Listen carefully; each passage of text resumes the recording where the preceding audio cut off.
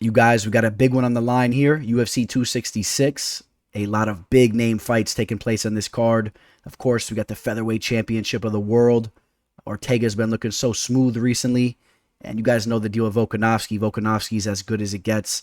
We got Valentina Shevchenko, one of the most skilled fighters, point blank. Doesn't matter, man or woman.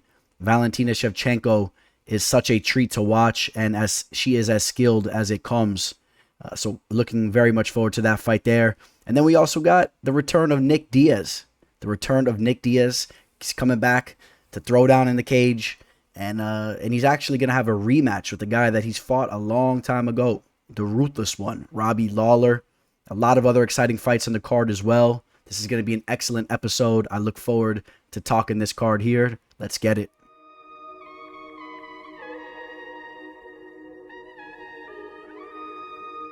The teller, the teller, the teller.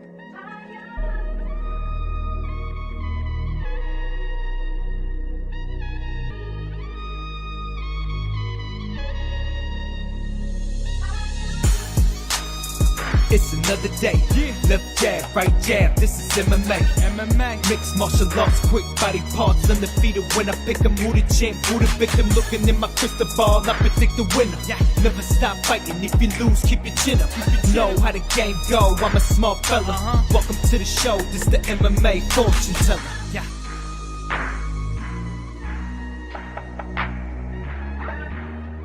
The MMA fortune teller. The teller, the teller, the teller, the teller. What is up, you guys? UFC 266. Here we go. As stated, an absolute stacked card here. A lot of big name fights. Other than that, it looks like Nick Diaz was able to get the whole posse on the card with him. He's got guys fighting here in the UFC that, to be quite honest, should not be fighting in the UFC. There's guys that work their entire lives to get an opportunity in the greatest proving grounds in the world for mixed martial arts. And he got one of his boys to completely cut the line here. No shade thrown here, but I'm just calling it as it is.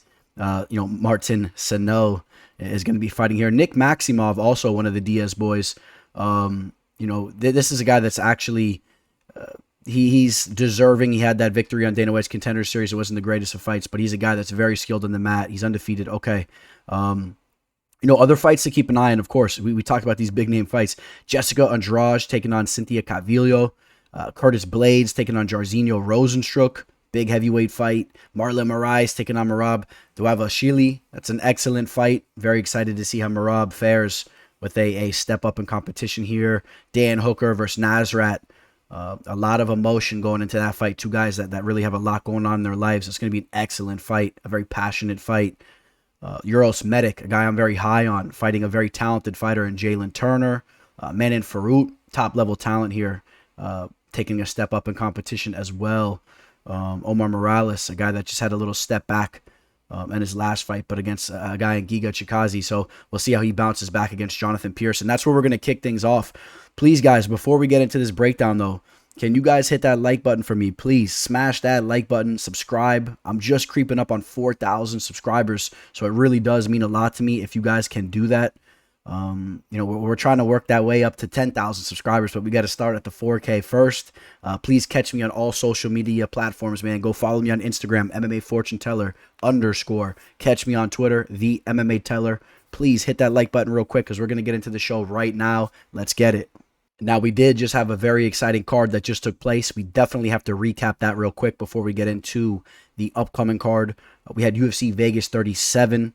Took place this past weekend. You guys already know it was another profitable event. We had two plays that we targeted and we hit both of them. So stay tuned. We're going to get into which plays those were. But before we even talk about that, if you guys forgot, we actually hit a play midweek as well. Hit a 3.5 unit play on Dana White's Contender Series. So, I'm feeling really, really good about what just happened this past week. And even before this past week, I've been really, really doing my thing here for the last 2 to 3 months. I hope you guys realize what I'm doing. Not trying to toot my own horn too much over here, but I am very, very proud and very excited about what I've had going on over here the past 2-3 months. I don't know how sustainable that is. I mean, for what I'm doing, it's going to be hard to continue the work that I've been doing, but I will stay profitable regardless. but it's been pretty crazy, the amount of units that we've been bringing in here the past 3 months at least. So yes, we did hit that Jasmine. Just a Davidius play. She has a tough name there, but she's a girl that we're going to have to get used to saying her name because she's a tough customer and she got that UFC contract. I won't go into that too much. We already talked about that. Now, over here to UFC Vegas 37, we're going to kick things off with Hannah Goldie getting that armbar victory in the first round. I'm very, very happy to see that. You guys know she's a girl I've had on the show, a girl that I'm a fan of. She's a very, very cool customer, and it's very, very pleasing to see her get that UFC victory finally. So a solid win there over Emily Whitmire. Gustavo Lopez, we had him winning that fight. It ended up being a draw based on a point deduction on Lopez, but I did have Lopez winning that fight. No official action there, so we started the card off 2 for 2. Now the next fight, Carlston Harris. We talked about how tough this guy is, the experience he has. I did pick Impa to win this fight. No action here. I thought Impa would have ended up winning this fight just based on the pure physicality that he brings into the octagon. I think that this guy has a lot of potential, but Carlston Harris showed that he is more of a refined fighter, and he's a guy that has a lot of potential. So keep an eye on him moving forward. We did talk about the skills that he has, and that's a guy that we got to keep an eye on. Aaron Blanchfield made easy work of Sarah Alpar. That's kind of what we all expected. That's what we said. Same with Montel Jackson, right? Heavy favorites here. We thought Montel Jackson was going to be too big, too rangy, too skilled for JP, and that was the case. Dropped JP a numerous amount of times in the fight. How about Zhu Rong? That this was a recently added fight to the card right before the card happened, and we did an individual video on this fight, and we had Rong winning the fight. 2 wrongs don't make a right, somebody said in the comment section, and you are absolutely right. But this guy Zhu, man, he's a talented fighter, and I believe he is the youngest fighter on the UFC roster, so keep an eye on him. Very talented Chinese fighter here, and big things to come from him down the line. Raquel Pennington was just closing the distance on Pani and smothering her in this fight and doing what she does best. She was able to take out Pani in a close fight, 29-28.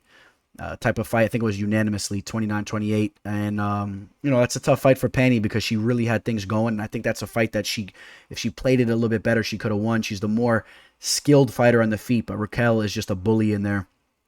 Now here's one of my regrets in the card. Tafon and Chukwi, I had him winning this fight. You guys know I picked him. I should have made this an official decision. I was so close to writing up the bet slip here and getting that ready for everybody that works with me, but I did hesitate on that. He had that questionable fight in his last fight with the ground game. He showed that he definitely worked on that. Looked excellent. Was ragdolling Mike Rodriguez in there. Was butchering him up on the feet. And Tafon up at the light heavyweight division. I think that's where he should continue to fight, and he looked excellent there. Joaquin Buckley gets the knockout over Antonio Arroyo. Had a giant knot on his head. The fight was getting a little bit hairy in there. Arroyo had some moments. I thought Buckley looked very good regardless in there, but eventually got that knockout in the 3rd round. Buckley's going to start to become a household name in the UFC. He's going to start to become one of those guys that takes short notice fights. He's going to be like that Cowboy Cerrone, in my opinion. He delivers. The UFC respects that type of style. He's always in there looking for the kill, and he's going to be a guy that I think that the UFC is going to treat very well. He's going to make a lot of money inside the octagon, and he's deserving of that. He goes in there and he brings the fight. An absolute treat to watch, man. Shout out to Buckley for getting that victory. I am a fan of his. Nate Maness takes out Tony Gravely. This was a fight, you guys know I've been very, very high on Gravely, but at the same time, I had a lot of respect for Maness coming into this fight as well. I edged Tony Gravely to win the fight. What had nothing to do with this as far as action goes. The line was very steep on Gravely, in my opinion, because Maness, he's a real fighter. He's a legit fighter. He had, some physical attributes going for him in this fight, and he clipped Gravely and he finished him. A big, big win for Nate Maness there. Tony Gravely will have to bounce back, and I'm sure he will. That was a tough fight, though. So both those guys, I think, will continue to move on in the bantamweight division, and both of those guys will string off victories down the line. Arman Sarukian gets the knockout of my boy Christos Giagos. You guys know I had to keep it real there and pick Arman to win the fight. I was rooting for Christos in a major way. I loved when Christos stuffed that takedown and actually flattened Arman out. He flattened him out in a weird way. He kind of stuffed the takedown and landed into his guard, but kind of flattened him out there. But it really was nothing. Arman worked back up to his feet and ended up clipping Christos with the shot, hurting him bad, getting the finish. I hate to say it, but Christos is a guy, he's extremely tough. He's a guy he has grappling, he has some power in his shots, but his striking defense is below average, in my opinion, in a very tough division with the level of talent that he's going to be fighting against. So he's going to have to work on keeping his hands up and working on his head movement, keeping his chin tucked, because he gets landed on a lot there, and I could see it happening to him again against certain guys, so he has to work on that. But he brings a lot of skills in other departments, so if he can get that figured out, he'll cruise right back up to some more big-name fights like that. Ariane Lipski takes out Mandy Bohm. Mandy Bohm she looked horrible in there, making her UFC debut a really, really bad look. I don't even know if the UFC keeps her around. She was tough. I mean, she did, at the end of the fight, even though she was losing very convincingly, she was still trying to press and throw some shots in the last 20, 30 seconds. Maybe the UFC keeps her around for that. But as far as an overall skill standpoint, I was not impressed at all. Ariane Lipski doing her thing there. Now, that brings us to our two official plays. We sat back patiently. For those of you guys that follow me on Instagram, you already saw the plays. We sat back patiently. We had two big plays here in the co-main event and main event spots. I felt so good about them. Ian Kuti Laba comes through with the four unit play there. I felt great about him. Grabbed him at minus 140, nice and early. You had to grab that play earlier in the week because he did have a lot of money thrown at him throughout the week. He ended up settling in right around that minus 175 range, which I felt was a little high. I was loving my minus 140 much more than that. And he is a guy that you guys need to start respecting. You know, he's only lost to 4 guys inside the UFC, and all 4 of those guys are extremely talented. We're talking top-of-the-line type fighters. Kuti Laba can grapple. He has extreme power. He knocked Devin Clark's teeth and gums back in his face. I mean, the power is ridiculous. But the grappling too, man. How about the wrestling? Getting takedowns on a guy in Devin Clark, a guy that's been wrestling since he's a kid. I mean, he's got the USA wrestling tattoo on his leg. You know that those guys that have those types of tattoos know how to wrestle. It seems cliche, but seriously, those guys live and breathe wrestling. Kuti Laba's getting takedowns on him like that. That's impressive there. Kuti Laba dominates. I love the energy he brings. I can't wait to see who he gets matched up with next. Anthony Smith, 4.5 unit play. I absolutely love this play. I hope all you guys took Anthony Smith here and you guys went in on this play here, man. Anthony Smith was going to be light years ahead as far as the speed department went with Ryan Spann. Ryan Spann is a guy that's he has some power. He's a very big physical guy, but he slows down very early in his fights. This was a 5-round fight. What was he going to be looking like in the 3rd, 4th, and 5th rounds when Anthony Smith's already gone to the deep waters like that in 5-round fights? I just didn't see what Ryan Spann had for Smith here, besides maybe landing an early shot. That's it. And I was willing to go against that all day. You got to love the way Anthony Smith finished that fight in the 1st round with the rear naked choke after hurting him bad on the feet, and then even got in his face. You know, you saw a little bit of spiciness from Anthony Smith. I loved it. I loved that little bit of attitude. You know, he said, I took my respect from you. There was a little bit of bad blood going into that fight. That's the Anthony Smith I want to continuously see. I want to see that Anthony Smith that's a little bit edgy and chippy, and I think that he could make a run in this division once again. So excited to see what's next for him. It's another profitable event. I'm going to be posting on Instagram over the last 3 months the work that I've been putting in over here, the official plays that I've been hitting. Shout out to everybody that's riding with me on these plays, that's working with me here. You guys know what I'm about. You guys get these plays the Monday, the Tuesday of fight week. You guys have these plays to look at almost a week in advance, and you guys know it's the real deal over here. So there's no question about that. Everybody that works with me, everybody that's listening that works with me, you guys know it's for real. If anybody questions what I do over here, I'm not worried about those types of people.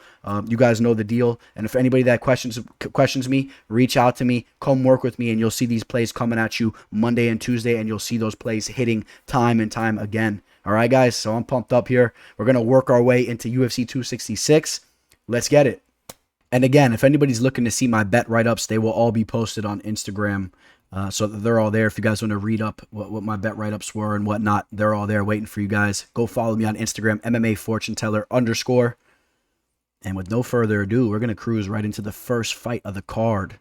Omar Morales taking on Jonathan Pierce. Fight taking place in the featherweight division. One of the more talented weight divisions in the UFC. Omar Morales, excuse me, he talked about that loss that he took earlier, but he actually did bounce back with that victory over Shane Young. How can I forget that? Looked very good in that fight. But he had a tough loss against Giga Chikazi not too long ago. And, that Giga loss, it's really not looking as bad as maybe it once did, because he got pretty much worked in that fight. But you guys now see that Giga, in my opinion, is one of the best strikers in the division. If not, he might be the best striker in the division. So, that's something to take into consideration. Because I know that when I was watching that fight, I did have an official play in Omar Moraes in that fight back then. And I was very disappointed with his performance there. But knowing what Giga is all about these days, you can't be too hard on him there. Jonathan Pierce had a horrible UFC debut against Joe Lozon, where he got finished, but bounced back in a big way over Kai Kamaka. Ended up getting a solid finish there, where he ended up basically flattening out Kai Kamaka, using some grappling too, and just kind of pounding him out. That was a tough loss for Kai there. And, this is a good fight. Both these guys, their records as of recently looking pretty much the same here, losing the previous fight before their last, trying to get things going here. Omar Moraes is going to have about a 2.5 inch reach advantage, even though he's an inch shorter. I really, really like the striking that I've seen from Omar Moraes. He's extremely technical. He's very, very disciplined with his striking. The guard is up. He's very tight. He has good leg kicks, good power in his hands. I've been very impressed with him ever since his Dana White's Contender Series debut, where he went on that fight, got the victory there. Jonathan Pierce is a guy that likes to maybe get a little bit more scrappy in there. Maybe he's a little bit, I wouldn't say that, but he tries to come off maybe as more of a more well-rounded fighter. But I think overall, I still edge Moraes there. But Pierce is a guy that will like to mix in knees, and he'll like to really be diverse with his overall MMA game. I still say that Moraes is better anywhere this fight goes, in my opinion. And I like Moraes to win this fight. I think that, even though Jonathan Pierce had that big fight against Kai Kamaka, I don't think Omar Moraes is Kai Kamaka. I think Omar Moraes is a step up here. Keep in mind, even though Omar Moraes is 35 years old, he only has 12 professional fights, so not a lot of mileage on him. He comes in phenomenal shape. He trains with the best of them. It says Hard Knocks 365 here, but that's basically since turned into Sanford MMA, or Sanford MMA, excuse me. But he trains with the best of them, and he's been training with the best of them for a long time, as far as he's been coming over to the MMA game. So this isn't necessarily a guy you got to look at and say, oh, he's getting up there in age. He's almost 36. I don't really look at him like that. And in fact, I think that he's actually probably right in the prime of his career right now, with the amount of knowledge he's received. He's mentally mature in there right now. Doesn't have a lot of damage on him, a lot of mileage on him. I like Omar Moraes to win this fight. Take a look at the live line. Moraes right now, right around that minus 150 to minus 155 range. We'll see. We'll see if Jonathan Pierce can show up and try to deliver a performance like he did against Kai. Can he make this a scrappy fight? Can he try to hurt Omar early, try to get Omar on his back foot in similar fashion to what Giga did? I don't really see that happening, and I like Omar Moraes winning that fight. I think that he handles business there. So that's the route I'm going there. Excuse me. Go to the next fight here. And this is a funny fight right here, man. We talked about it a little bit earlier, taking place in the welterweight division. Matthew Semelsberger is getting a treat right here, in my opinion. He's taking on Martin Sano. Martin Sano, it's funny, man. I've been kind of watching this guy on Instagram for a long time, just, always seeing him with the Diaz brothers out there chilling with them. He's kind of a funny dude. I think he puts on eye makeup. He has that I don't know what kind of hair style you call that, like the folk sting or whatever, kind of like mohawked up with the little thing in the back. Seems like one of those dudes that wears like all that like silver type of metal, jewelry all over his knuckles and wrists and stuff. One of those guys. Maybe he wears some black boots. I don't know. Maybe I'm hating on him a little bit. I'm just kind of poking some fun here. I'm sure he's a cool dude if he rolls with the Diaz brothers. But I definitely do not think that he's deserving of fighting in the UFC right now. And I 100% think that he is on this card based on the fact that Diaz got him on it, period, point blank. I don't think anybody can argue me on that. He hasn't won one of his last 3 fights, and the competition that he's been fighting is not even on the level. In his last fight, he somehow managed to get the draw there over in Bellator, and that was 4.5 years ago. And that was a fight that he looked horrible in. He looked very sloppy in there. He came in overweight, got worked in the first round. He showed that he's durable and he's tough. He kind of has that Diaz type of fighting style. I can give him that. I could say that. But I don't think that's going to work against top-level athletes in the UFC. Matthew Semelsberger is a guy that comes in shape. He has good power in his hands. Yeah, he's not necessarily the best fighter, of course. Okay, I get it, but he's a guy that could handle business. We saw him, have a beautiful knockout against Jason Witt. That was only a half a year ago. Even 1 year ago, he got that victory over Carlton Minus. That was his UFC debut. So in the last year, he's had 3 fights inside the octagon. He's been active. He was in there against KS Williams just two months ago or so. And he did lose that fight. He had some moments in that fight, though. He hung tough in there. And KS Williams is absolutely no joke. So, and he landed some big shots. But KS Williams, he's a guy that has a hell of a reach and has some nasty hands. And I think KS Williams would hurt Sano in a bad way. So, but again, this guy Sano, you don't want to sleep on the fact that I guess that, he's hanging around the Diaz brothers a lot, the Nick Diaz Academy and all that. He has to be getting in some type of solid training. I mean, you would think so, right? So, overall, I mean, I was trying to see what he brings to the table. I was thinking maybe he has a good jiu-jitsu game. Maybe he has some good boxing, hanging with these guys and working with these guys at the academy. But I just don't really see it on tape. Maybe he's the type of guy that can kind of wear you down and kind of bully you in there if you start to slow down. Maybe if Semelsberger slows down, he could try to chip away at him and steal a decision. I just don't see that happening, man. I got Matthew Semelsberger here to bounce back in the win column, and he should be 9-3 after this fight. And we'll see. If he takes out Sano, I don't think that Sano should ever get a chance again in the octagon, unless he goes over to another promotion, puts in some work, and then ends up deserving a shot. It kind of reminds me, if you guys remember, Nate Diaz used to have one of his boys. What was his name? I think he fought once or twice. He fought Artem Lobov. What's this guy's name? You guys know what I'm talking about, man. Little guy, little Mexican guy. He's Mexican-American dude. Not a lot of muscle mass. Name slipping my mind right now. At least that guy was maybe a little bit more so deserving. Somebody comment his name in the comment section if you guys could. But we all know who we're talking about here. Name just slipping my mind right now. But I think Sano just got married recently too. So, happy 1 year anniversary. No, so it was over a year ago. But it should be an interesting fight. It'll be cool just based on the fact that this guy is kind of, he has a name for himself in the MMA game just from being boys with Nick. But again, does roll around and hang with some top level talent. You see him over there with Jake. I'm sure he's put in a lot of work with Jake Shields as well. I'm sure they're boys. I'd be surprised if he wins that fight. And that would not be a good look for Matthew Semelsberger if he loses that fight. All right, this is an interesting fight here. Nick Maximov taking on Carl Roberson. Nick Maximov, 6-0, was extremely hyped up going into his Dana White's Contender Series fight. If you guys remember, he did fight a guy that was definitely a weight class above him. So you got to give him credit there. I believe that guy took the fight on short notice. Oscar Cota. That guy was very, very tough. He was a very, very durable, big dude in there. It was a last-minute fight change in there. So credit for Nick for still taking the fight as well. But that was a tough fight for Maximov. He just continuously went for takedowns. And he was trying to work his jiu-jitsu game. But, Oscar gave him a tough time in there. And Oscar's a guy maybe we'll be hearing from in the near future. Who knows, man? That guy needs to clean up his act too. He has some talent. But Maximov was trying to get the fight down on the mat and to work his jiu-jitsu game and was having some trouble doing it. I mean, he did it enough. He got enough takedowns to win the fight, that's for sure.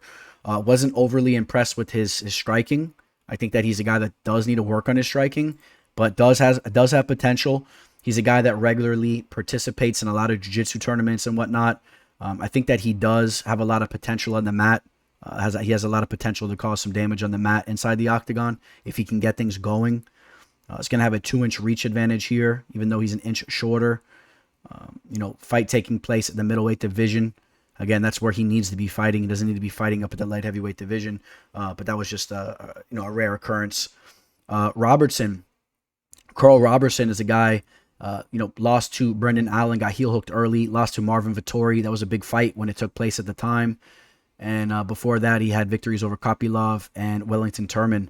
And those are two solid victories. I won't take nothing away from Carl there. Those are two solid victories. Turman, you guys see the potential that he has. He's not necessarily the best fighter, but, got a victory in his last fight there. And you take a look at the losses too. Glover Teixeira, that was a weight class above that he also stepped up and fought him against a guy that, come on, he's a legend. Marvin Vettori didn't look so good in his last fight, but a very talented fighter. And Brendan Allen is the real deal as well. So let's not be too tough on Carl Roberson here. I think Roberson is the much more seasoned mixed martial artist here. But if Roberson's taken down to the mat, I could see Maximov giving him some trouble there. I like the fact that he's putting in work with James Krause. You guys know how high I am on James Krause as a coach. I'm sure Krause is preparing him very, very well for this fight. And you see him grinding it out over there at Glory MMA and Fitness. That's a major sign for Roberson here. That's a very positive thing going for him going into this fight. I've been back and forth on this fight, but I'm gonna back Roberson here. I'm gonna take Carl Roberson from the performance I saw from Maximov in that last fight. If he's just hanging on Roberson, trying to drag him down to the mat, and he's not able to do that, I could see Roberson giving him some problems on the feet. I could also, I've been so back and forth to this fight too. If Maximov pulls off this fight, he's going to get the fight down to the mat. He's probably going to pull off a submission or do some damage down there. I got to see more from him, though, before I could take him in this spot. So I'm going to take Carl Roberson. I might be regretting that pick on the night of the fight. It's a very close fight. And you see the line here. It's basically a pick 'em. Roberson, a very, very slight favorite. And excuse me again, Matthew Semelsberger, I didn't really talk about the line too much. He's a big favorite, minus 500, minus 450 right there too. So I don't know what you guys want to do with that if you're trying to throw that in a parlay, but the Roberson Maximov fight is a very close fight as far as the line goes, and I think that they're pretty much on with the line there. I'm going to take babyface Roberson to win the fight. I think that Krause will have him prepared to keep this fight on the feet and to be a little bit more mature in there, a little bit more crafty, and he should be able to pull off the victory there. We'll see how Maximov performs on the big stage. This is a big stage. We have some octagon jitters. We'll see how it goes. If he's able to go in there and get a big victory over Roberson, that'll be great momentum for him in his career. All right, in the next fight, in the flyweight division, Manan Fiorot taking on Mayra Bueno Silva. Manan Fiorot, this is a girl now that, what could we say? She's a top prospect in the division. This girl has a lot of talent. She's one of the best strikers in the division, hands down. I feel that we could say that already at this point. Her striking is just very legit. That is her background as far as her MMA pedigree goes, but it's transferring beautifully into her MMA career. She's going in there and she's styling on girls. She has great power. You take a look at her last two fights since making her UFC debut. Destroyed Victoria Leonardo and then looked great against Tabitha Ritchie, getting the finish there as well. Ritchie was undersized in that fight. I understand that. But at the end of the day, Fiorot went in there and she handled business, and I'm going to give her credit. You could see the pop on her strikes, and I think that she's a legit fighter no matter how you spin it. So I'm not going to necessarily sit here and say, the level of her opponents hasn't been that high, because you see the level of skill that she brings in there, and it's going to transfer right into matches with girls that are a step above her past opponents. I think it's going to translate just as it was for the other girls. She's going to look phenomenal in there. She's going to have a 1 inch height advantage and a half-inch reach advantage, so pretty much nothing really going on there with the frames. These girls are very similar in stature. Mayra Bueno Silva, although she had a draw in her last fight against Montana De La Rosa, she won that fight. She had a point taken away because she grabbed the cage at one point in time, but she dominated that fight. She looked very good in that fight, looked good on the feet. We already know she's a girl that has good submission skills as well. If she's going to have an edge in this fight, I think it's going to have to be with the grappling. She's going to have to try to get this fight down to the mat and try to work something with her jiu-jitsu possibly. I don't know if she could really hang with Fiorot on the feet. Fiorot, Like I said, I'm very high on her striking. But this will be a step up in competition. That's for sure. So this will be a good test for Man and Fiorot here. Bueno Silva is definitely a step above the past two opponents that Fiorot fought in Victoria Leonardo and Tabitha Ricci. So will Silva give Fiorot some adversity in this fight? Will this end up being a closely contested match in the feet? Maybe we'll see what kind of heart Fiorot has. I don't know about that, though. I really, really like what I've seen from Manon, and I'm going to take her to win this fight. The line's right around -275. So she's a pretty hefty favorite. They say moderate favorite. I say that's a pretty hefty favorite here. And the women's side of things in the flyweight division, the fight could play out a lot closer than maybe the line says, but I think that Manon is the real deal, and I'm definitely picking her to win the fight, but this is a great test for her. And, at her age right now, she's cruising into her physical prime, but she still has a lot to learn as far as her overall MMA game goes. So I'm excited to see her career progress over the next 2 to 3 years. We'll see how things go with her. And she's without a doubt my pick to win that fight, if I wasn't clear. All right, going over to the lightweight division. Uros Medic taking on Jalen Turner. Two guys that really have some skills backing them, man. These guys are very skilled fighters. I guess we'll kick things off with Uros Medic, if he wants to load up over here. Yeah, Uros Medic. We have to start with his Dana White's Contender Series performance, where he looked absolutely amazing and got that victory over Mikey Gonzalez, and really took the world by storm, took the MMA world by storm that day. I mean, people, if you forgot about his performance, when that happened, people were like, wow, this guy's the real deal. He since fought in the octagon and had that flying knee over Alan Cruz. Alan Cruz, I don't know if he's still working at Publix, but Alan Cruz is a guy that's a talented fighter, a very rangy fighter for the division. That's a big win. That's a solid win there. It just shows a little bit of what he's about. And as far as fighting a guy in Alan Cruz with that long stature, that long reach, and that long frame, Jalen Turner is the same type of fighter there. So Jalen Turner coming in at 6'3", but the 75.5-inch reach advantage, 75.5-inch reach with a 4.5 reach advantage here. That's nothing that Medic hasn't seen before. And even though Turner's so big here, Medic is a guy that does not have a small frame for the division. He's 6'1". The very, very tough Serbian fighter. Now training fighting out of Alaska. He's an Alaskan-based fighter, and I'm very excited to see how his career progresses. I think this guy has a lot of talent, but without a doubt, Jalen Turner is no joke. Turner can give all kinds of problems to anybody in the division on the feet. Maybe not anybody, but he's a talented striker. I'll give him that. His ground game has been showing some improvement with his ground game as well. So keep an eye on that. I know he is a guy at one point in time. You take a look at his Matt Frivola. Matt Frivola kind of exploited him a little bit on the mat, but in his last two fights, he looked very, very good. When his opponents were shooting for takedowns, he was stuffing the takedowns. He was making them pay. So you got to keep an eye on that as well. This guy's his overall skill set is developing. Putting in that work over there with Carlson, Gracie Riverside. And this is a great fight here. Both these guys in their mid to later 20s. Still a lot of potential from these guys. A lot of growth will be happening with these guys still in the next couple of years. I like Medic to win the fight here. The doctor, his potential to me is higher than Jalen Turner's. Again, I still wonder a little bit about Turner's ground game as well. Will that be something that pops back up in the future? Will he be exploited there? Will he be taken down and beat up a little bit on the mat, or held down and lose some rounds on the mat? But Turner's a very rangy guy. I'm very excited to see if Medic passes this test here. And I'm going to pick Uros to win this fight. Right now, the live line on Uros it's right around -125.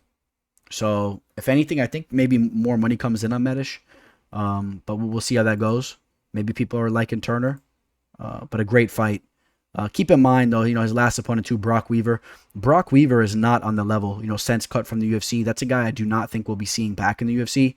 He was a fun character while it lasted.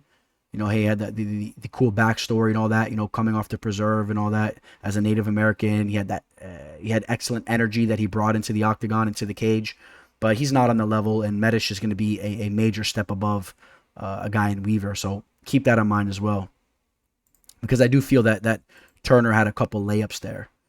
With Kulibao looked good in his last fight. Kulibao, I think he pulled off a nice little victory there in his last fight, but still, Weaver, So an exciting fight there.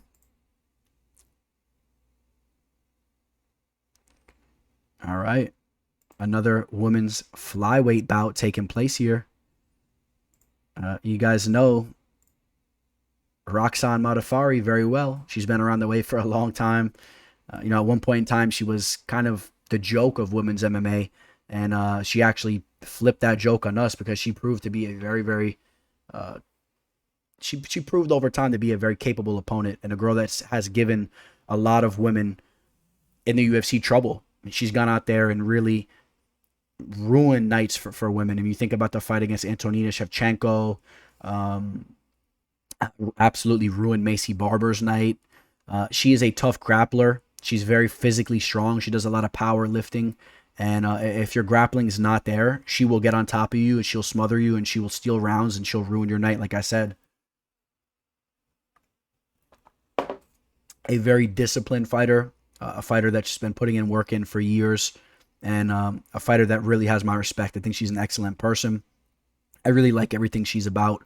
Her stand-up is very below average, though, and if you're able to keep the fight standing and you're able to be poised and not let her overwhelm you with that crazy running style. Sometimes she overwhelms girls, and that's why she's able to get in on those single legs and rip the opponent down. If you just calm down in there and you kind of see what she has in the feet, because there's really nothing going on in the feet besides a blind overhand. She kind of steps in with that blind overhand.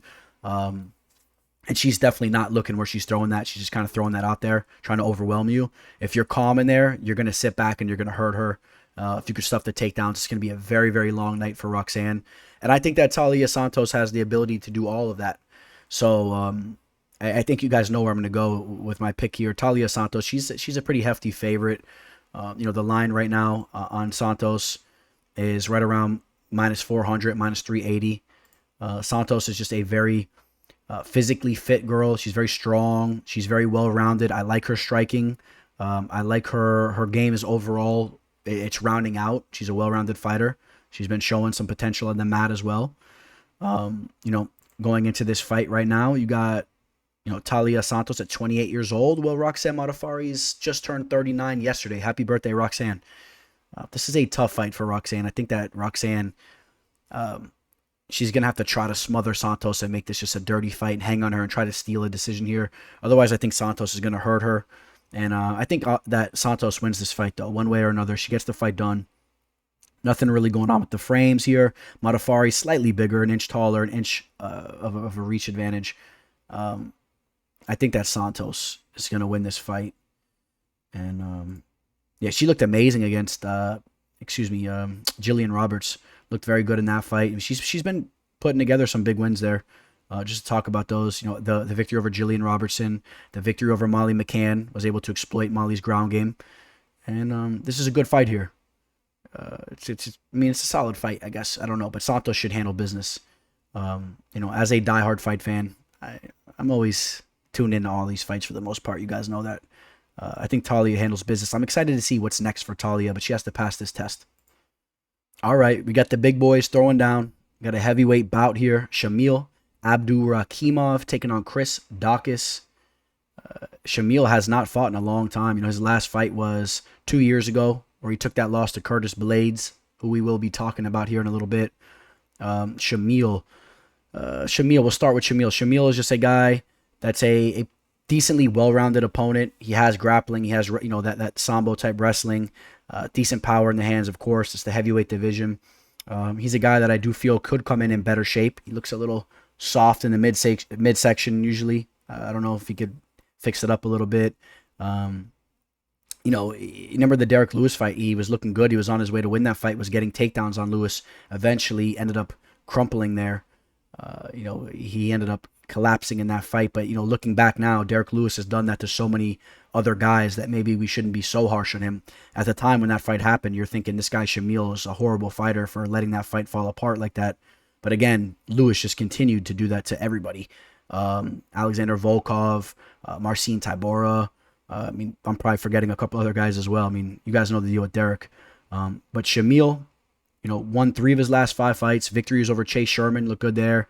Andrei Arlovski, that's always a solid win. And getting that knockout over Marcin Tybura really speaks loudly right now from what Tybura has been doing as of recently. But again, then that loss to Curtis Blaydes. Curtis Blaydes, if it wasn't for the knockout loss against Derek Lewis, could be fighting for the belt in the near future, or could have already fought for the belt. Curtis Blaydes is the real deal, so let's not be too harsh on him. This is a solid fight for Chris Daukaus. I think this is a step up in competition, in a sense here.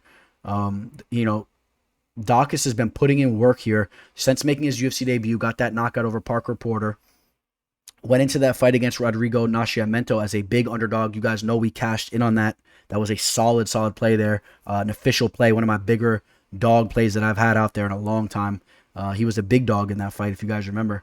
Knocked out Nascimento, then he got the knockout over Alexei Oleinik. He's been doing his thing. No shade to Alexei Oleinik, but Oleinik's really on the decline now. I think that Shamil could be more of an overall threat than Oleinik. I don't really like Oleinik's stand-up, where Shamil is a little bit more well-rounded.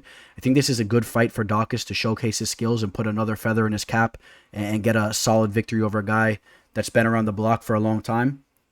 Daukaus is going into this fight right around a 2-1 favorite. We'll take a look at the live line. He's as high as a -200 on some books. Chris Daukaus is a guy, although he doesn't really look like it, he doesn't necessarily look like he's in phenomenal shape, but he is a guy that is in good shape. He's very light on his feet. He has very quick hands, very, very solid boxing for the division, very solid boxing. And he's a guy that puts in a lot of work with his jiu-jitsu as well. Him and his brother have excellent jiu-jitsu skills. This is a solid fight for him here. Is the line maybe a little high on Daukaus? I don't know about that. I think Daukaus gets the job done. I like what he's doing. I think that he's really working and grinding his way to the top of the division. I think he gets the job done here. Again, Shamil has not fought in over 2 years. Well, Daukaus, he fought 6 months ago. He fought 10 months ago. He fought a year and a month ago. In the last year or so, he's fought 3 times. He's going to be a lot more comfortable in there. I expect him to have the edge in the feet. I expect him to be a little bit quicker in there. He needs to keep this fight standing. He needs to watch out for Shamil's grappling. And I think he'll be fine in this fight. Shamil will be a little bit more of the naturally bigger man, it looks like. But both these guys 6'3", both these guys identical reach. Shamil will be carrying a little bit of extra weight, I'm sure, when the weigh-ins come around. But I got Daukaus winning this fight. I think Daukaus' hands will be too quick, and I could even see him hurting Shamil with the hands. It's a good fight there. It's a good heavyweight fight. And the line, it's not necessarily a cheap line, but I like Daukaus to win the fight. We're going to start getting to some big name fights here now. Dan Hooker taking on Nasrat Haqparast. I mentioned that these guys both have a lot of emotions that they're bringing into this fight. Both these guys got a lot going on. If you guys have been following what's been going on with these guys, Nasrat's mom did just pass away. And you got to feel for him there. And, God bless his mother and God bless Nasrat, whatever he has going on in his life. Nasrat is a class act and a guy that is a very talented fighter.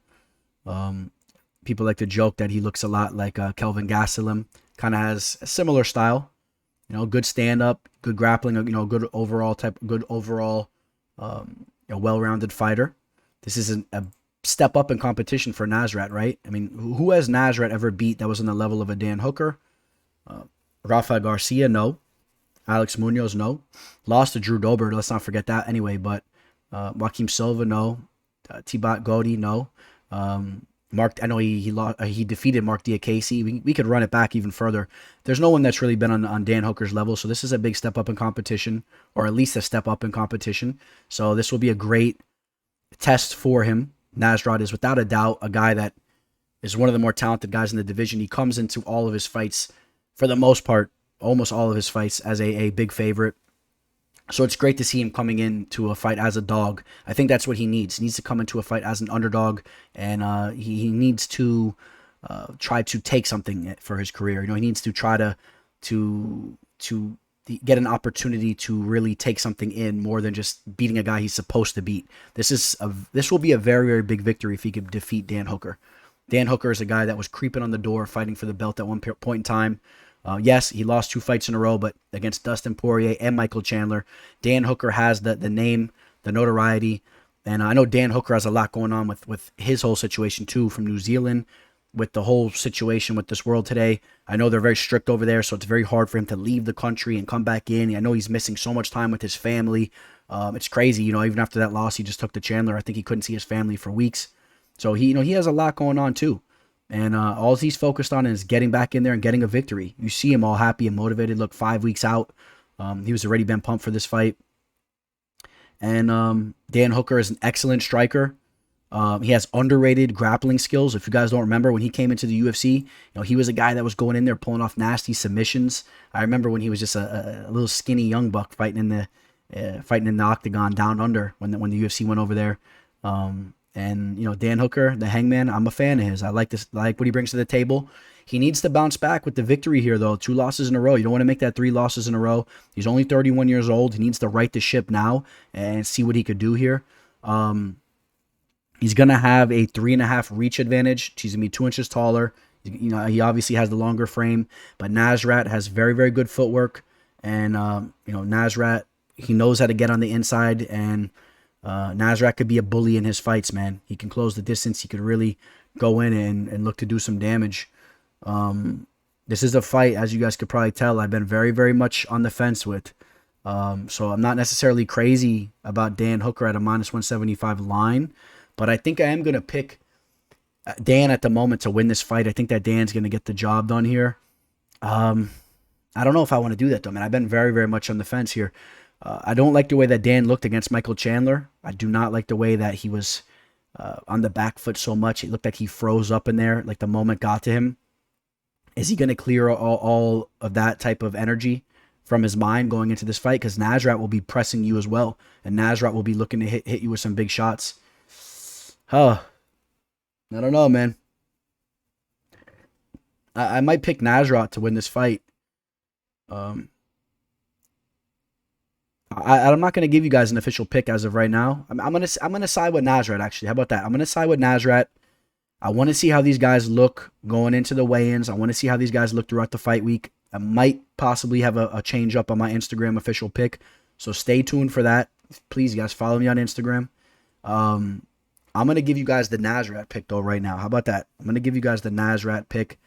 I think he's fighting with a heavy heart. I think that he's a guy that's, he's an aggressive fighter. And again, the performance that Hooker just had against Chandler, I didn't like the way he looked there.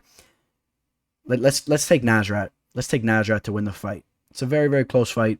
The value has to be more so on Nasrat, in my opinion. And that's who I'm going to pick. But Dan Hooker, a very, very talented fighter. If he could put it together, you guys know the deal. All right, we're still in the prelims here. We haven't even reached the main card. We got one more prelim fight to break down. Marlon Moraes taking on Merab Dvalishvili. Can anybody put the pronunciation typed out below? This is a name I've been having trouble with for a long time. I like to just say Merab Dvalishvili.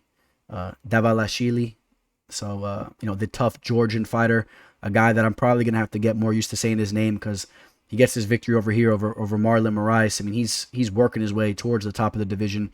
He's an absolute pit bull of a fighter.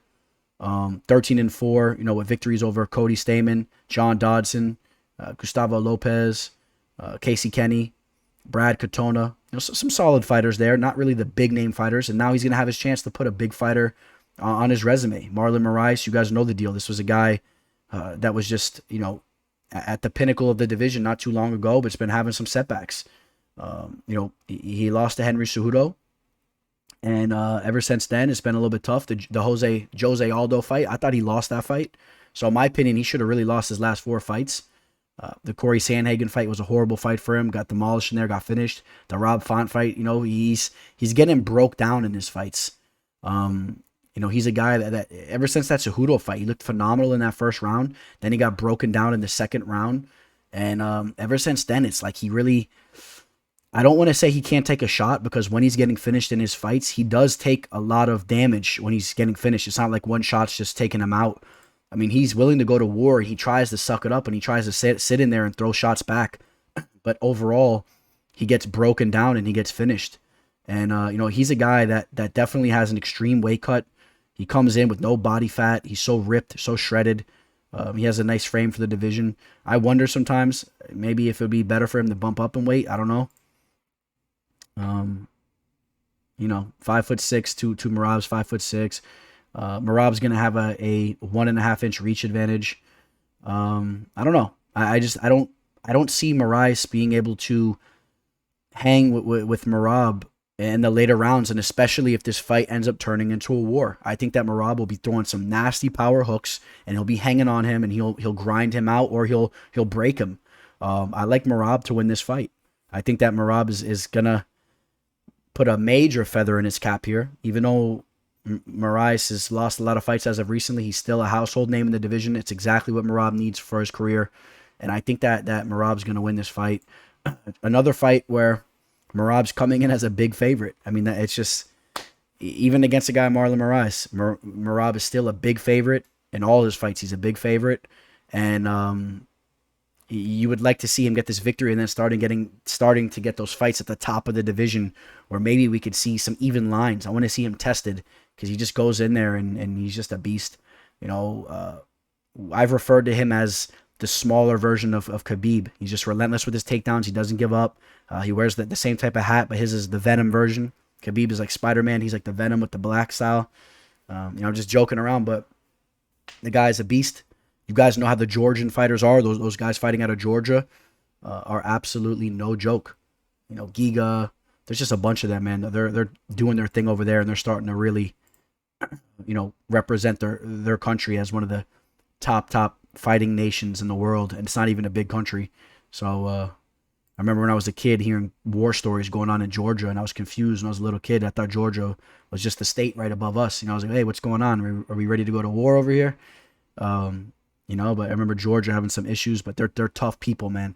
They're tough people, and he's gonna be a tough outing for Marlon Moraes. Keep in mind, Marlon Moraes' striking is as beautiful and as technical as it gets.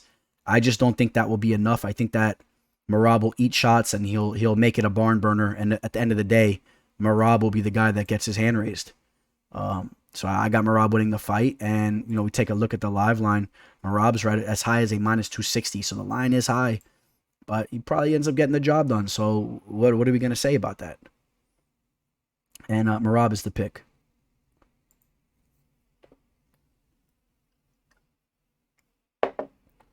We're now in the main card, and we're kicking things off with Jéssica Andrade versus Cynthia Calvillo. A very, very solid fight here in the women's side of things in the flyweight division. Two of the best flyweight fighters in the world. Jéssica Andrade only won one of her last 4 fights. I don't care about that. Beautiful knockout victory over Caitlin Chookagian. She had the split decision loss to Rose Namajunas. That fight could have went either way. She had the knockout loss where she lost her title against Zhang. So we won't be too harsh on her about that fight either. And then in her last fight, she lost to Valentina Shevchenko. What do you want from the girl? You guys know how high I am on Valentina Shevchenko. So I'm really not going to put her under the fire for those 3 losses there. I think that Andrade is an absolute bully. I love the power that she brings into her fights. Nasty power hooks. She could slam you on your head. We've seen that before. Picking up Rose, smashing her on her head to take the title. She's just an absolute beast here.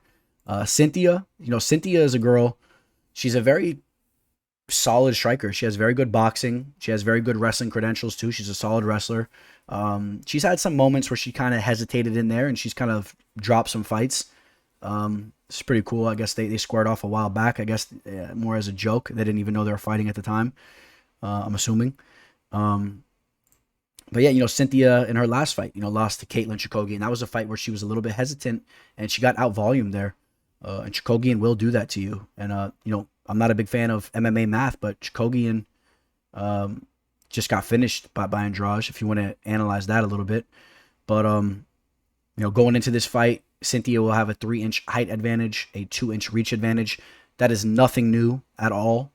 For Jéssica, Jéssica is always the shorter fighter. That's what she is, and she knows how to close the distance. She knows how to get a hold of you. She'll slam you down. She'll get in your guard. She'll work some ground and pound. She'll smash you on the feet. She's just a very, very skilled fighter, and I'm a fan of Andrade's. And it's funny, thinking back when she used to fight in the bantamweight division, right? Then she went down. She's bounced around in a lot of divisions, and she's just an overall tough customer. And I am a fan of hers, and I got her to win this fight here. Cynthia is no joke though, and I'm not sure if I'm really crazy about the line at this point. With Jéssica being a -280, I think Cynthia can definitely make this an entertaining fight, make this a close fight. Cynthia has solid boxing. We've seen her look smooth on the feet at times, styled on Jéssica Eye. Like Jéssica Eye is no Jéssica Andrade though, we know that. But the Marina Rodriguez fight, a majority draw. But Courtney Casey victory, Poliana Botello. I mean, not a lot of big names. She had a tough loss against Carla Esparza as well. I thought that she might have won that fight, but that was one of the bigger name fights that she's had. I think Jéssica Andrade wins this fight, and should be a good one. Two of the best women fighter in the world, fighting in the flyweight division, and I think Andrade handles business most likely. But the line may be a little bit high. I would love to see something like this, maybe a nice slam on someone's head. It's always entertaining, especially in the women's side of things. Woo! Jéssica Andrade is no joke. Now we got another heavyweight bout taking place. Gotta love the heavyweights throwing down. You guys know how it goes. It's going to be some action here. Curtis Blaydes taking on Jairzinho Rozenstruik. Curtis Blaydes coming off a disastrous knockout loss against Derek Lewis. Went in for the takedown. Derek Lewis timed the uppercut perfectly. Ended up finishing Curtis there. But let's not forget about the body of work that Curtis Blaydes has been putting in for some time. His wrestling is as good as it gets in the division. His ground and pound is disgusting. You guys know the heavyweights already carry a lot of power. It's not necessarily just on the feet, though, too. When you get a heavyweight that knows how to wrestle, get the fight down to the mat, and they're dropping nasty ground and pound, that power translates down to the mat as well. And you see that with Blaydes. When Blaydes is pounding dudes out, it's just nasty. He definitely has a wrestling advantage over Jairzinho, the striking-based fighter. I give the striking edge to Jairzinho for sure. Jairzinho has been looking very smooth as of recently. Had a big victory over Augusto Sakai where he got the knockout on the feet. I expect Jairzinho to be a step ahead on the feet, but Curtis will be trying to mix things up, and he'll have Jairzinho kind of guessing what's coming at him. Is the takedown coming? Is he standing? And Curtis has power on the feet as well. You got to wonder where Curtis is as far as his mental state. Taking that nasty knockout loss, you got to wonder where his chin's at. If Jairzinho touches him up, is the chin still fragile from the knockout loss that he just took? He really ate some shots from Derek Lewis there. So, this is a good fight here. Both these guys 6'4", Blaydes with a 2-inch reach advantage, fighting at an elevation fight team. You got to love the pace that he pushes, and definitely will have that wrestling edge. And but again, Jairzinho has really righted the ship as of recently. So even though he had that loss against Francis Ngannou, came back with the victory over Junior Dos Santos, got a knockout there, had a tough loss against Cyril Gane, who is, come on, man, Cyril Gane is the real deal, so can't be hard on him at all about that loss. And bounced back with the nice victory over Augusto Sakai. Excuse me, guys. I'm chirping over here, man, right? How long we been going? I'm blabbing, so I need to get some water over here. But I love it, man. I love talking these fights with you guys. Jairzinho, could he go out there and land a big shot? Could he hurt Blaydes and finish this fight? I think that's what he has to do to pull off this victory. I think he has to really hurt Blaydes. He has to do something significant in there to pull off the victory here. I don't think that he wins a decision. I don't. Jairzinho does not throw a lot of volume out when he fights. There's been times where he's very hesitant in his fights. The Cyril Gane fight, he barely threw any type of activity out there. Curtis Blaydes will be the aggressor here, in my opinion. And as long as he doesn't get countered with the shot, I think that Blaydes is going to win this fight. And it'll be a great redemption fight for him after coming off that horrible loss. And then we'll get Blaydes back in the conversation of things. Because you guys remember, man, he was really doing his thing, dominating dudes. And he should be right back in the mix of things after a nice victory over Jairzinho. And I'm going to pick Curtis Blaydes to win the fight. I think that he gets it done. All right, the return of Nick Diaz.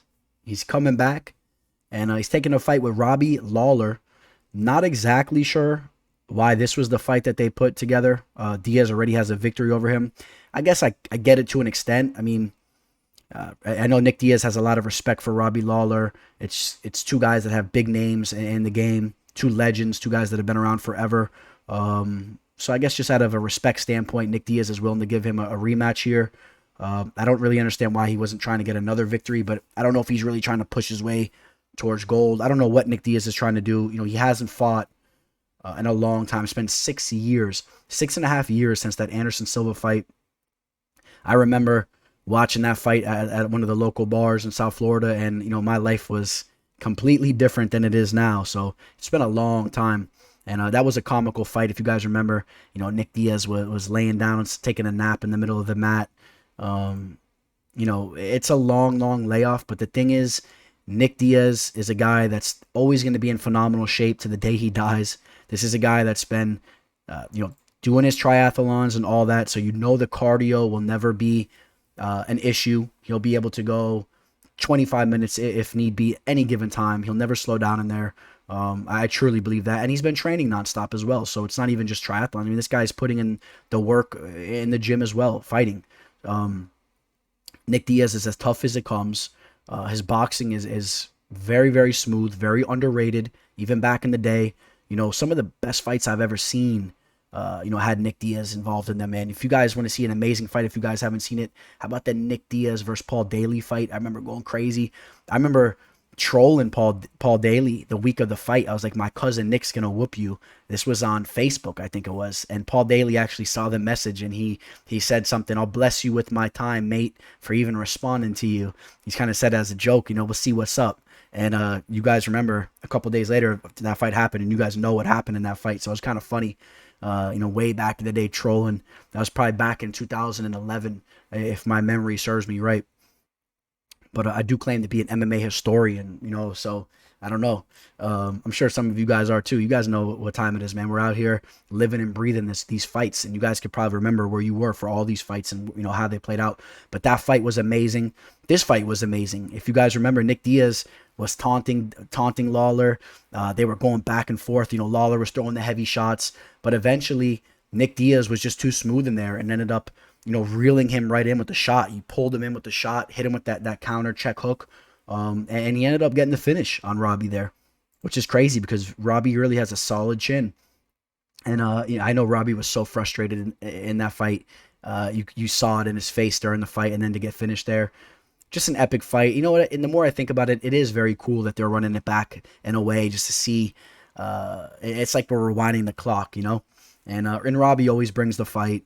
You guys know the deal, man. Robbie was the champion ever since dropping down from middleweight down to the welterweight division, you know, coming from Strikeforce back over to the UFC, training at American Top Team at the time. He had everything going for himself, man. He was so nasty at that point in time. The way he fights from the southpaw stance, he's so well-rounded. He's explosive, man. The kicks, the punches. I'm a giant Robbie Lawler fan. And, you know, this is an awesome fight here. It's basically a pick'em. And I think it's understandable. Both these guys in their high 30s, almost 40 years old. Another reason why they probably put this fight together, I guess. You know, I guess it does make a lot of sense the more you think about it. And the line being very close makes a lot of sense too. There's just so many X factors going in this fight. It's kind of hard to say exactly how it's going to play out. The one thing I do feel confident saying is that the fight's going to be entertaining. I do feel confident in that. I think as far as matchmaking and as far as how these guys match up, it's perfect in the sense that this isn't going to be a Carlos Condit versus Nick Diaz fight or an Anderson Silva versus Nick Diaz fight. Robbie Lawler is going to bring the fight, and that's going to play out perfectly because Diaz does not like to be hit. He gets irritated in there. If he gets tagged, he comes back at you. It's gonna have all the makings to play out just like that first fight. And I'm gonna side with Nick Diaz. He has a 2-inch reach advantage. I gotta side with Nick Diaz, based on the fact that he won the first time around, and Nick Diaz looks to be in phenomenal shape.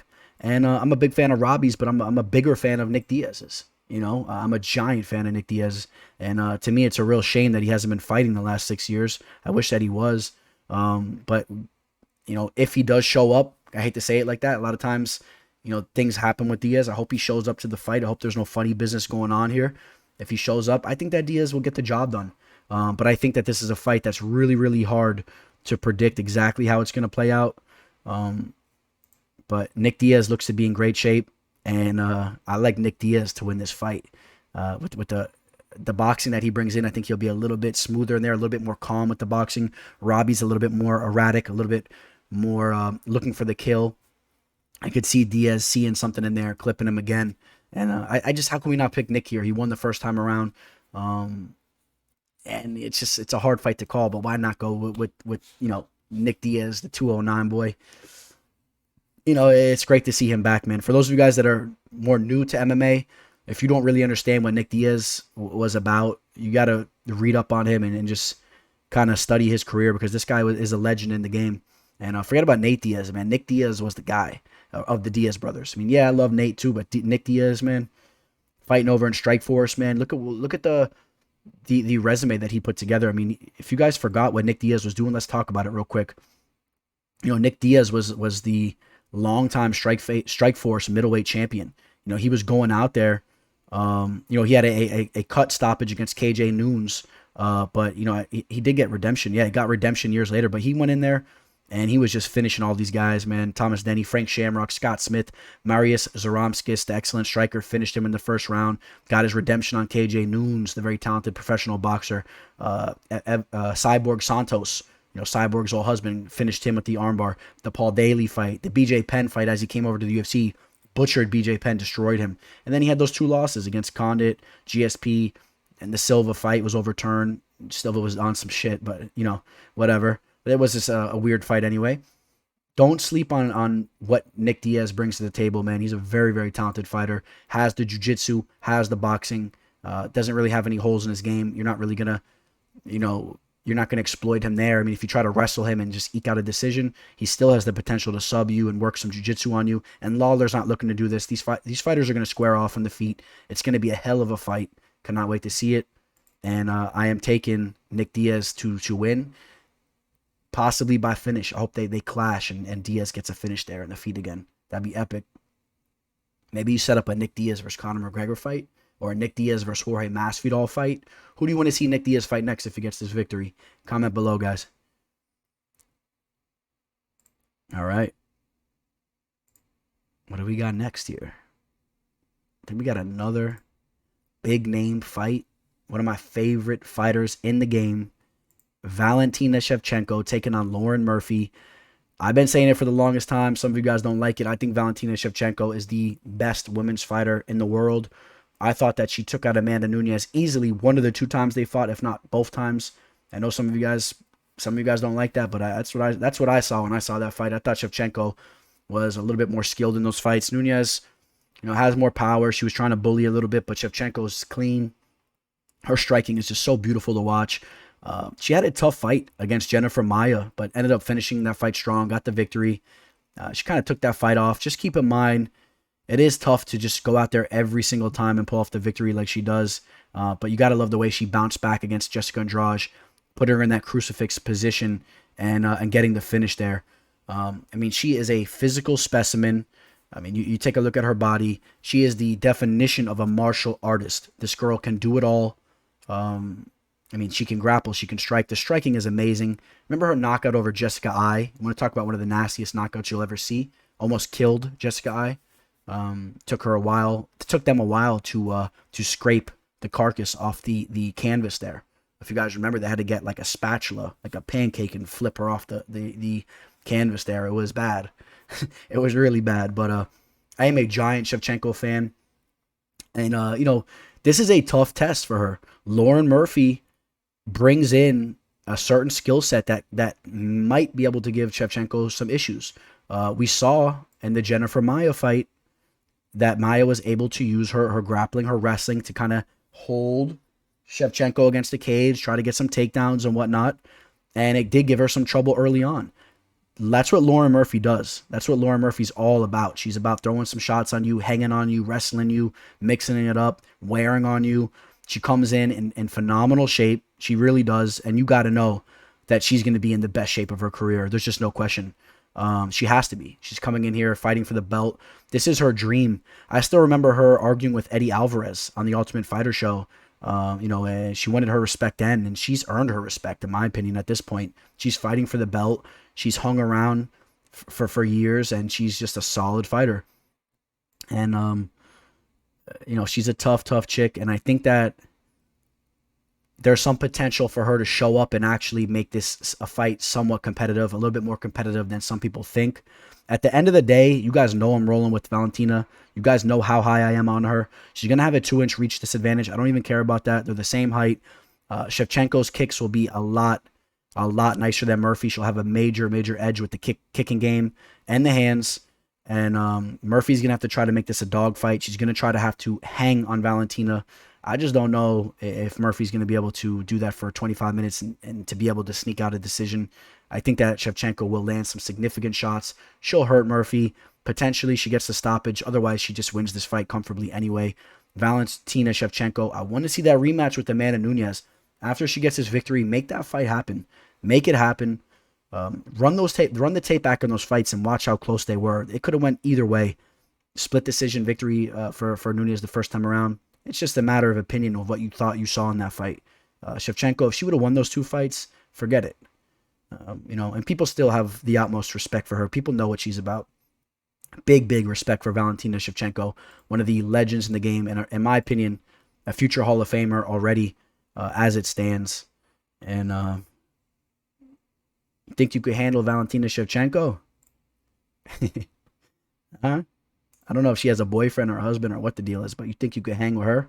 You think you could handle her as your girl? Comment below. You think you could handle her? I don't know about that. What a warrior she is, man. All right. You guys know what time it is now. But first, hey, you guys, you looking for a new sports book? Look no further. I highly recommend Bovada.lv to you guys. In my opinion, it's the best online sports book out there. I've been using them forever. I'll make it quick for you guys. You guys have been hearing me talk about Bovada.lv, for some time now.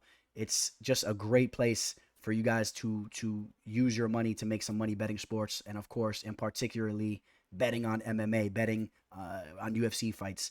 They got every single fight you could think of. They got LFA fights, Dana White's Contender Series fights, Bellator fights. It's all there. If you guys use my referral link, which I'm going to send to you if you're interested, we're going to get a very nice bonus. So you're starting off with, you put $100 down, you're starting off with $200. And I'm also going to give you, 3 events, 3 weekends of free picks just for signing up through my referral link. It's a great opportunity for you guys to take advantage of. And I will help you navigate and learn all the aspects of this website, which it's very easy to use. They got a 24/7 customer service phone line you can call as well. It's really where it's at, guys. Easy withdrawals, easy deposits. I'm telling you, Bovada.lv is where it's at. Reach out to me if you're interested in joining, and I will help you get all set up with that. All right, guys. Thank you. All right, and now we get into the main event. With no further ado, taking place for the featherweight championship of the world, Alexander Volkanovski versus Brian Ortega. The 2 coaches of this previous Ultimate Fighter show. Makes the fight even a little bit more entertaining, in my opinion. If you guys watch the show, they had a weird relationship, and sometimes they were kind of buddying around. You see him joking around, but then after the season, they were kind of bad-mouthing each other. Volkanovski was on the Joe Rogan Experience, kind of saying some bad things about Ortega. I think Ortega's a good guy. I like Ortega, and I like Volkanovski. I think that these guys, if they weren't squaring off, I think they would actually get along more so. Volkanovski, just such a well-rounded fighter.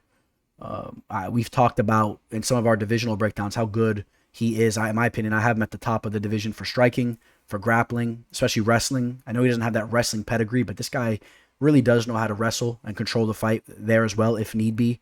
But he's very, very poised on the feet. He's just the absolute definition of a well-rounded fighter. Ortega obviously has that jiu-jitsu background, but he's a guy who his striking has really, really been coming around as well. And you've been seeing him throw those spinning back elbows as of recently.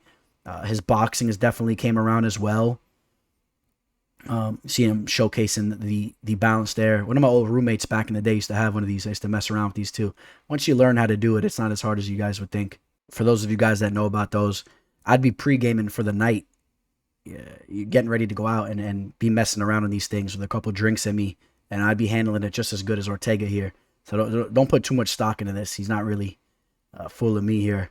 Obviously, I'm just messing around, but I'm being honest as well. But Ortega is really a cool dude, man. He's a guy that's he's a traditional martial artist too, man. This guy with the jiu-jitsu background that he brings, you could pull up tape of him doing these police trainings. He has multiple guys trying to out-grapple him, and he's putting in work against multiple guys with his arms tied behind his back. I mean, this guy is a freak, and the way that his striking has came around has been very, very impressive to me. We all know about the submission skills. If this guy gets a hold of you, if he gets a hold of your arm, your neck, your leg, any of that stuff, I mean, he'll rip it off. He'll finish the fight there. But to me, what's impressive is how good his striking has looked.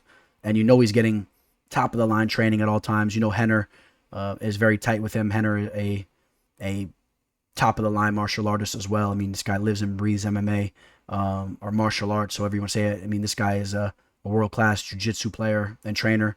And that's why Ortega, in my opinion, will have the edge in the mat. Volkanovski might be a little bit more stout there, a little bit more stronger in some of those positions on the mat. But I don't know, man. I don't think Volkanovski wants to mess around in Ortega's guard. Ortega can finish the fight down there. He truly could. Maybe if they get sweaty and the fight goes late into the fight, maybe Volkanovski can try to hold some ground there. But I don't think he wants to play that game. I think Volkanovski should try to keep this fight on the feet and try to get the better of Ortega there. But I think Ortega has plenty of potential to pull this fight off no matter where it goes. I think this is a very, very close fight. And I'm curious your guys' thoughts on this fight. Please comment below, on this fight. I know we got some people picking Ortega and Volkanovski. I know it's going to be very split down the middle here. I'm curious your guys' thoughts because I've been back and forth on this fight. Just to show you how impressed I've been as of recently with Ortega. Volkanovski's going to have a 2.5 reach advantage here. He's 2 inches shorter. He has that freaky frame. He's short, but with the long arms. He's a beast of a man. We remember how big he was before he got into MMA when he was playing rugby. He's just an absolute tank of a guy. I think you'll have an advantage in the clinch. If they wear on each other, they're hanging on each other. I say Volkanovski is going to be the stronger guy, but Ortega could be tricky there. So Volkanovski's going to have to be careful there. On the feet, I think Ortega can give Volkanovski some trouble, but you know what? I'm going to say that Volkanovski gets the better of him on the feet, man. He's very technical. I know he had a tough fight recently with Max Holloway. A lot of people thought he should have lost that fight, but still, going toe-to-toe with Max like that is very legit in itself, man. Remember now, Max Holloway completely outclassed Brian Ortega on the feet. Let's not forget that, where Volkanovski has now beat Max Holloway 2 times in a row. Whether or not you believe he won the last fight, if they went 1-1, got to give Volkanovski some credit on the feet as well, man. He's a beast there. 32 years old. I think he's right in the prime of his career as the champion right now. I know he's hungry. And we take a look at the live line before we even give you the pick on this fight. We got Volkanovski right around that -160 to -170 range. And I'm going to take Volkanovski to win this fight. I got Volkanovski winning the fight. I just think that he'll be the more physical guy here. I think as long as he avoids the tricky maneuvers from Ortega, the spinning back elbows, the tricky submissions, I think Volkanovski will overall take this fight over, in a 25-minute fight. I think that his basics will play out a little bit better, and he'll win the fight there. I do like Volkanovski, and he's actually been doing his thing with his cooking too. If you guys don't follow him on Instagram, check him out. He's always putting these videos up of these little meals that he's putting together. He's an awesome dude.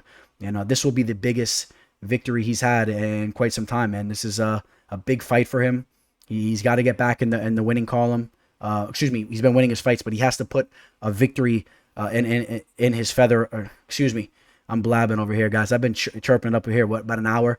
He needs to put a victory together here right now, just from all the controversy that he just had with that Max Holloway fight. People saying that he lost that fight. I think that he needs to get this victory here to just put people into check, to remember what he's about. You know, if he can go out there and get a finish, that would be very impressive. Ortega's not an easy guy to finish, though. And but Ortega will be there for you to hit. And maybe Volkanovski can make this fight even look reminiscent to the Holloway versus Ortega fight. That would be a big statement for Volkanovski. People need to remember what Volkanovski's about. I know he had that tough fight in his last fight against Holloway. Volkanovski is the real deal, though, and that's going to be my pick. So I got Volkanovski to win the main event. The line, as far as value there, minus 160 range, minus 170. Ortega's going to be a tough test. I think Volkanovski gets the job done, though, unless Ortega really shines and does something special here. We'll see how it plays out. For my motivational message to you guys before we leave today, I'm not going to do a long one for you guys. I want to stick to a message that I'm going to be putting out very often. Make sure you guys are taking care of yourself with your diet. Make sure you guys are eating healthy. Cut out those processed sugars and all that crappy food. Make sure you're eating healthy out there. And make sure you guys are enjoying life. All right, guys. On that note, signing out. Teller. The MMA fortune teller. The teller. The teller. The teller. The teller. The teller.